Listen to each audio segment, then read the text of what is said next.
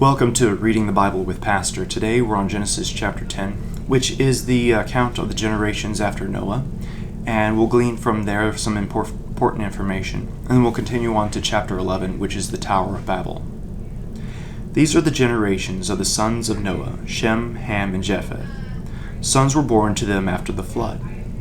The sons of Japheth, Gomer, Magog, Madai, Javan, Tubal, Meshech, and Tiras.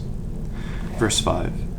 From these the coastland people spread in their lands, each with his own language, by their clans and their nations. The sons of Ham, Cush, Egypt, Put, and Canaan. Verse 8. Cush fathered Nimrod. He was the first on earth to be a mighty man. You may have heard the name Nimrod before. Bugs Bunny gives that name to Elmer Fudd for his ineptitude in hunting.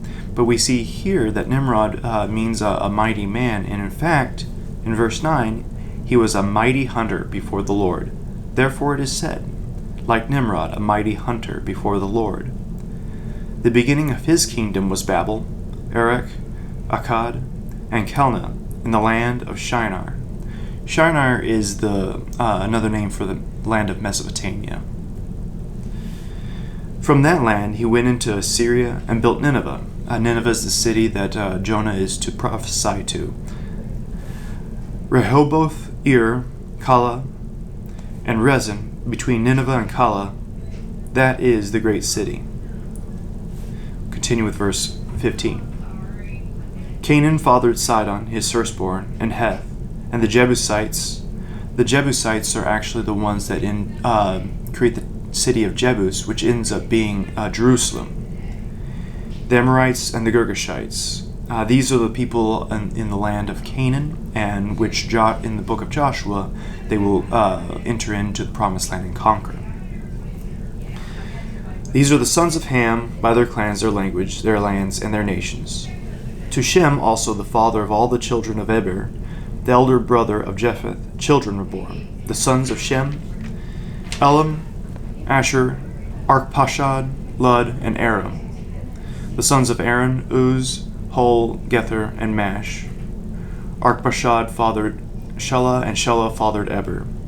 To Eber were born two sons. The name of the one was Peleg, for in his days the earth was divided, and his brother's name was Joktan. The earth was divided, that is, at the Tower of Babel, when the languages were confused, the earth was split, divided. Verse 30. The territory in which they lived extended from Mesha in the direction of Sephar to the hill country of the east. These are the sons of Shem, by their clans, their languages, their lands, and their nations. These are the clans of the sons of Noah according to their genealogies and their nations. And from these the nations spread abroad on the earth after the flood. Chapter 11. Now the whole earth had one language and the same words. And as people migrated from the east, they found a plain in the land of Shinar, and settled there. And they said to one another, Come, let us make bricks, and burn them thoroughly. And they had brick for stone, and bitumen for mortar. Bitumen is much like tar. Then they said, Come, let us build for ourselves a city and a tower with its top in the heavens.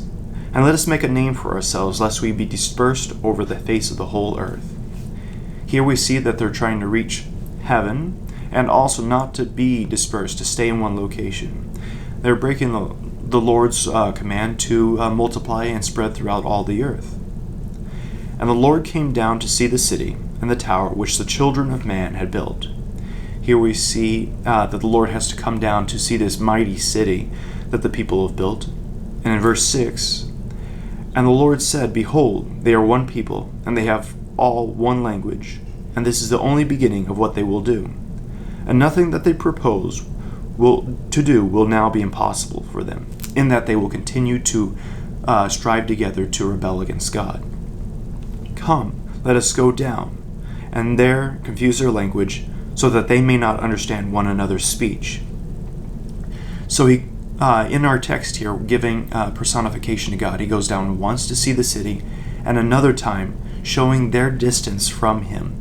The fact that what they are doing they think is so great. For God, he has to come down twice in order for him to see their city and see their actions. just a symbol of how little they were actually doing. Verse 8. So the Lord dispersed them from there over the face of all the earth, and they left off building the city. Therefore its name was called Babel, because there the Lord confused the language of all the earth. And from there the Lord dispersed them over the face of all the earth. We'll pick up next time with Genesis chapter 11, starting at verse 10. If you'd like to subscribe to the channel, you can click this button as well. And we'll catch you next time with Genesis chapter 11.